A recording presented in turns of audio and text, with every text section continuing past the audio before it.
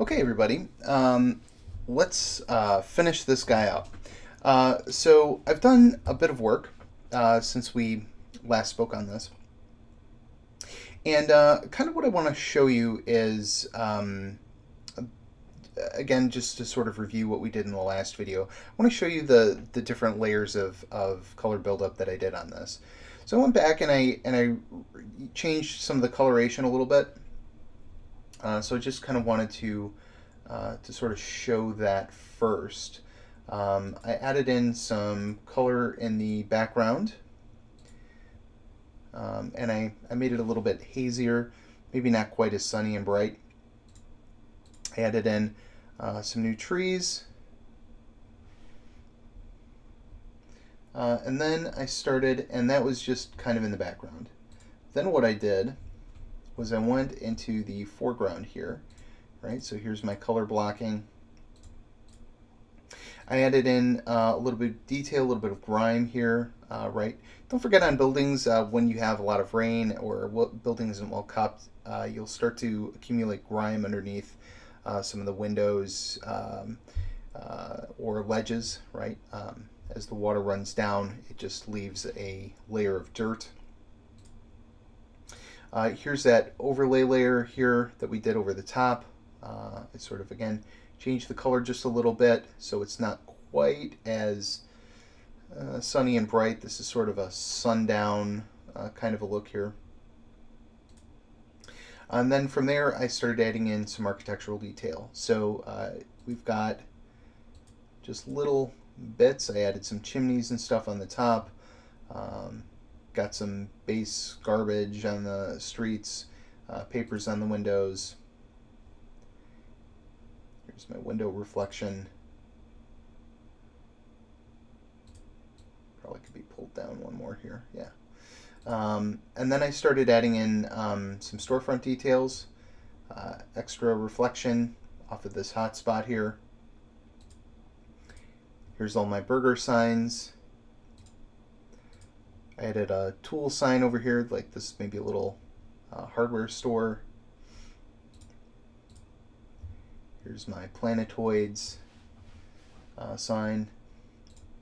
Then I started adding in some more greenery and detail. All right, so this is just one layer here. So I've got some ivy on the roof and down the side here.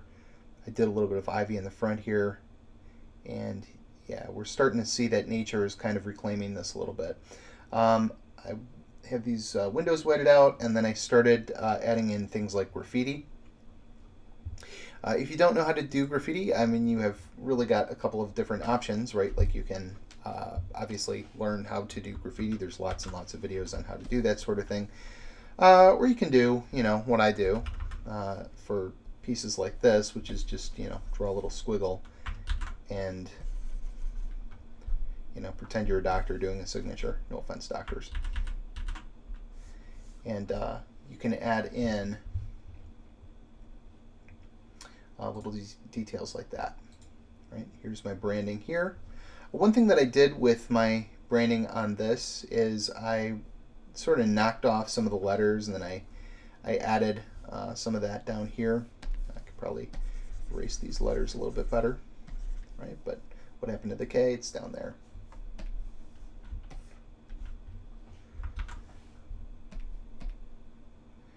Here's another layer of detail. So I added in some more things here. Maybe a branch in the foreground, some greenery spilling into the streets, some flowers, maybe something that hints maybe another building was there, brick, garbage, lots and lots and lots more paper and notices along the front of the building. Again, these are just, when you zoom in, they're just little brush strokes. It's just messy little brush strokes. It's not a big deal. Again, but it's things like this that'll help to blend, some of the brick detail and some of the other stuff that you have going on here. Blend the photographic elements with non-photographic elements, and you get something nice that comes out of that. So yeah, I added in little a little bit of damage to some of the windows here. This branch is just a brush. Most of this is just different foliage brushes that I happen to have. I added in, you know, some really quick antennas and satellite dish up here. This gives us a sense of, you know, when all of this happens. Just using some really quick brush strokes, I went ahead and added in some wiring. And just going from the top of the building to maybe buildings across the street. So, you know, this sort of looks sort of post-apocalyptic. One thing I did do, though, was in my forge over here, I also created a like a little help sign, and by little I mean big. So I made it look like it's, you know, a few rollers, you know, deep. I grabbed some splatter brushes off the internet. There's some really basic brush packs for that. And then I just went ahead and erased some of the paint that I did. And I went ahead and I have gone into this guy here, and I went ahead and applied that just to my street. So all of this together should paint the story that at least at some point here, this was a super scary place to be. And people were in you know, real danger. I've also added in just a couple other elements here. You know, there was a street pole here. I just put it down on the ground. I don't think that it's super important at this point to add in things like lampposts and stuff. Really, we just kind of want to show this corner off, and that's basically going to be the highlight of the scene. So I'm going to give a nod to the fact that some of that stuff was you know, intended, but I'm just not going to put it in. It's just not that important. Okay, so what happens when you get to this point and you've got all of your detail painted in? What else does it need? I mean, this looks fine, generally speaking. What could you do to make it look just a little bit better? So the first thing that I would recommend doing is creating a high pass. And we did this with our character project. Basically what this is a way of just making things a little bit more striking. You know, we're really trying to sort of pull out the detail uniformly throughout the scene. So if you grab your scene here, you do edit, copy merged, edit, paste, you'll basically kind of have a copy of the scene.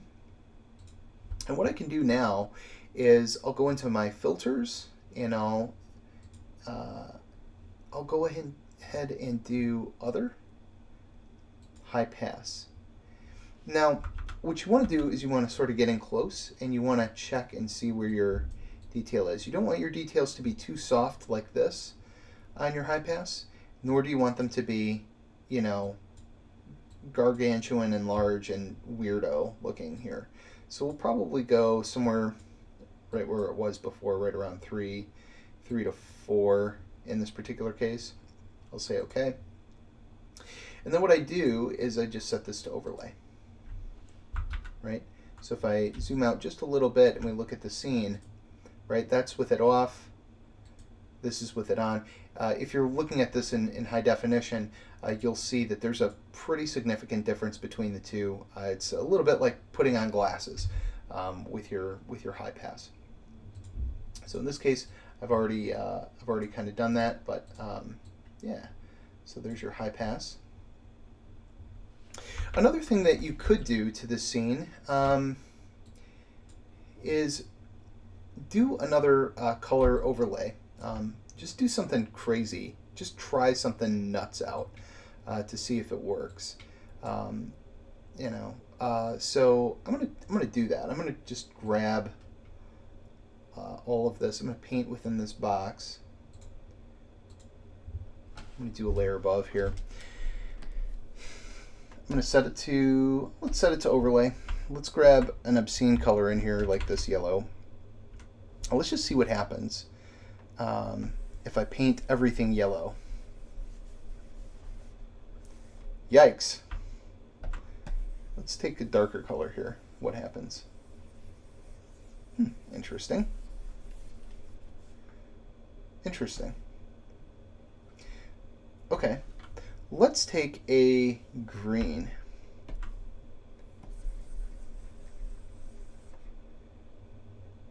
Yeah, it looks a little fake. You know what might be interesting though? Maybe not taking a square brush. Let's try something a little bit more interesting here. Let's try something that looks more like a paintbrush. If you go into your class mixer, maybe try something like this sample brush here. And let's make it nice and big. Let's grab red. I know that there's going to be some green in the scene, so let's actually grab the complement of green. Let's grab some red. I'm just going to lightly go in here. You can see it makes some really nice, like fun brush details. Okay, now I'm going to go in with some green. I'm going to paint over that.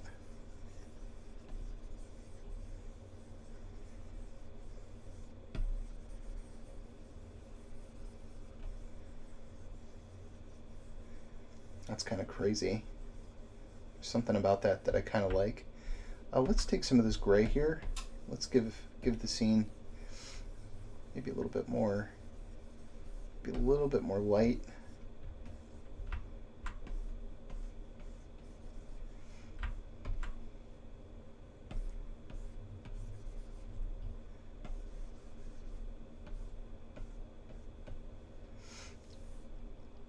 You know, we can then don't have to use the same brush. Let's maybe take out a little bit of the crazy here.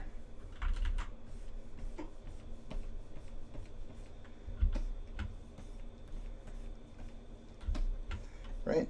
And this sort of unification pass can lead to some interesting results. You can end up with a little extra of like interesting paint details. You might really start to help unify the colors a little bit. This is what I came up with before. It's even a little bit crazier than what I have, but I kind of like it. I like the high contrast. This is not too bad. One other thing that I can do that might be kind of interesting is to create a blur. So what I could do is, again, keeping this area selected, do edit, copy merged, edit, paste. You're going to want to reselect this. You're going to go to filter, blur, Gaussian blur. You can do things like field blur and stuff too if you're interested. Okay. But what we're going to do is we're going to try and emphasize this area. So with my, you could, do like a layer mask. Let's get our airbrush here, and then on our layer mask, we'll go ahead and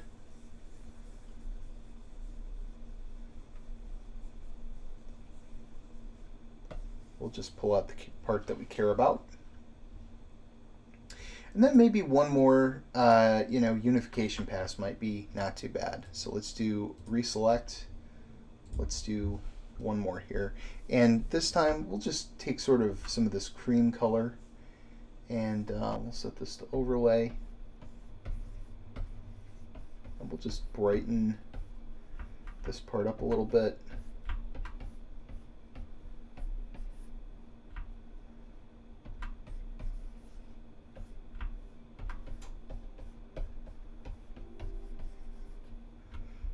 Something like that. We can take that down a little bit just by changing the opacity.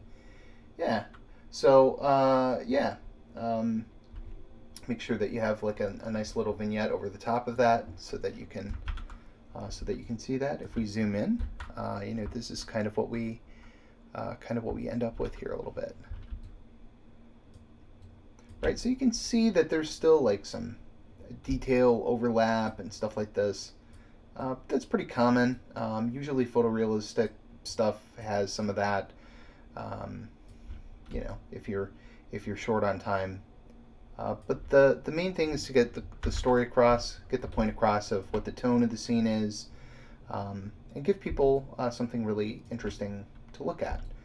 And what you end up with is something that's more, presumably, than just doing a perspective drawing. What you end up with is a piece that communicates an idea and gives modelers and other game artists, for example, something to work with beyond just oh, what building are you using? You know, you're using it in a very particular way. You're showing very particular details, um, and yeah, you're sort of inviting somebody into a scene in your world, which is kind of fun and interesting. But that is something that's very much beyond what we typically see when we're doing just regular old um, perspective scenes. So hopefully these videos will give you some basis for your own work and guide you a little bit more toward creating something that's fun and exciting and photorealistic when you put your city scenes or other scenes together. And thanks for watching.